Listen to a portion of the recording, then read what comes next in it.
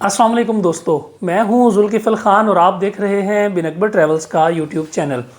दोस्तों, बड़ी ही important update Canada के हवाले से आई है, क्योंकि कनाडा का प्रॉब्लम ये था वीज़ा एप्लीकेशन के हवाले से कि जो लोग कनाडा का वीज़ा अप्लाई करते थे उनकी बड़ी बड़ी लॉन्ग क्यूज़ थी, बड़ा टाइम लग रहा था, अपॉइंटमेंट्स नहीं मिल रही थी।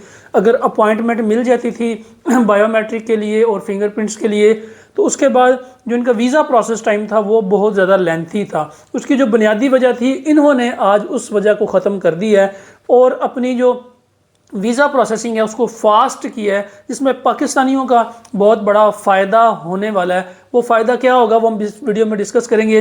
तो जिन दोस्तों ने अभी तक चैनल को सब्सक्राइब नहीं किया, चैनल को ज़रूर सब्सक्राइब कर दें, बेल आइकन को ज़रूर प्रेस कर दें, ताकि ऐसी इन्फॉर्मेटिव वीडियो आपको टाइम पे मिलती रहे और आप टाइमली कनाडा के लिए या किसी भी कंट्री के लिए वीज़ा अप्लाई कर सकें। तो मैं चूँकि इस वक्त यूएई के अंदर मौजूद हूँ, यहाँ पे हम अपना ऑफिस लॉन्च करने वाले हैं इंशाल्लाह। जो कमिंग वीक है इसके अंदर हमारा ऑफिस यहाँ पे लॉन्च हो जाएगा। चूँकि यहाँ पे अब नेशनल डे आ चुका है यूएई में, तो उसकी वजह से छुट्टियाँ चल रही हैं। अदरवाइज़ हम यहीं पे ही कर लेते, अपना ऑफिस जो है स्टार्ट कर देते और लोकेशंस आपके साथ शेयर कर लेते, क्योंकि यूएई में बहुत सारे दोस्त ऐसे हैं जो अप्लाई करना चाह रहे थे, यूएई से ट्रैवल करना चाह रहे थे आगे सॉरी। और बहुत से दोस्त यूएई में विज़िट के ऊपर आए हुए थे जिनको प्रॉब्लम्स आ रही थी काम के हवाले से, और जो लोग यूएई से आगे ट्रैवल करना चाह रहे हैं शेंजन में, यूके में, यूएसए में, कनाडा में, उनके लिए भी काफ़ी सारी प्रॉब्लम्स आ रही थी। कोई यहाँ पे प्रॉपर कंसल्टेंसी उस हवाले से मिलती नहीं है, प्रॉपर इन्फॉर्मेशन, प्रॉपर गाइडेंस कोई नहीं देता, जिसके लिए हमने फिर डिसीजन लिया कि हम यूएई में अपना ऑफिस स्टार्ट करेंगे। तो इंशाल्लाह नेक्स्ट वीक के अंदर ये ऑफिस फुली फंक्शनल हो जाएगा।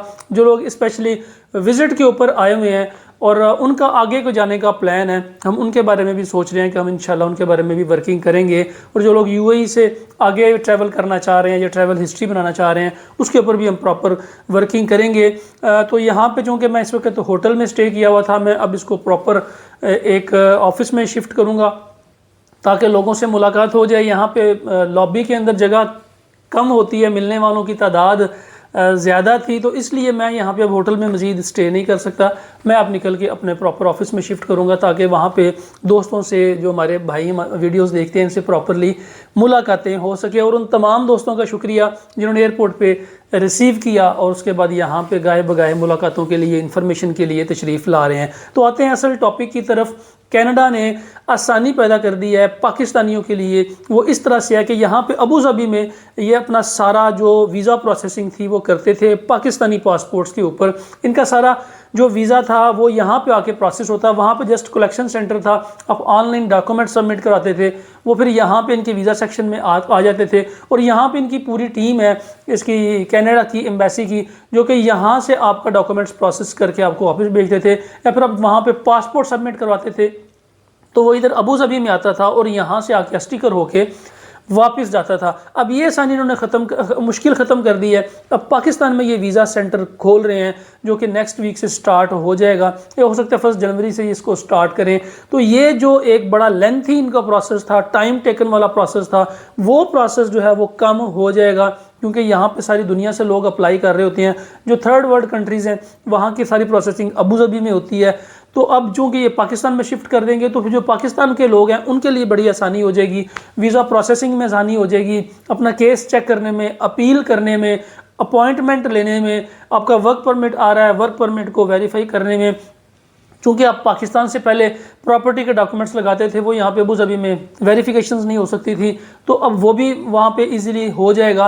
तो कनाडा ने अपना वीज़ा सेक्शन वहाँ से मूव करके अबू धाबी में ले आए थे, अभी ये वापस कनाडा में चला जाएगा। तो इस हवाले से बड़ी ही इंपॉर्टेंट अपडेट थी जो कि आप दोस्तों से शेयर करनी थी। तो कनाडा जो लोग अप्लाई करना चाह रहे हैं, क्योंकि कनाडा में आगे 2023 में बहुत सारी जॉब्स आ रही हैं, और उन जॉब्स के लिए वर्किंग के लिए वीज़ा को फास्ट करने के लिए ये कैनेडियन गवर्नमेंट ने ये डिसीजन लिया है कि हम उन कंट्रीज़ के अपने अंदर अपने वीज़ा सेंटर्स को दोबारा से ओपन करें, ताकि कल को अगर आपकी मैन पावर की, लेबर की शॉर्टेज जो हो रही है, उसका वीज़ा प्रोसेसिंग का प्रॉब्लम आती है, तो ये लोग अपने ही कंट्रीज़ में बैठ के उसी कंट्री में अपना वीज़ा अप्लाई कर सके, ताकि वहीं पे बैठ के डॉक्यूमेंट्स की वेरिफिकेशन हो सके और वहीं पे ही आपका मेडिकल होता है, आपकी इंश्योरेंस होती है, वहीं पे ये सारा प्रोसेस होके तो फिर इसको जल्द से जल्द ये फास्ट कर रहे हैं अपने वीज़ा प्रोसेस को, ताकि ज़्यादा से ज़्यादा लोग कनाडा को मूव कर सकें, वर्क परमिट पे जा सकें, विजिट पे जा सकें, इमिग्रेशन पे जा सकें।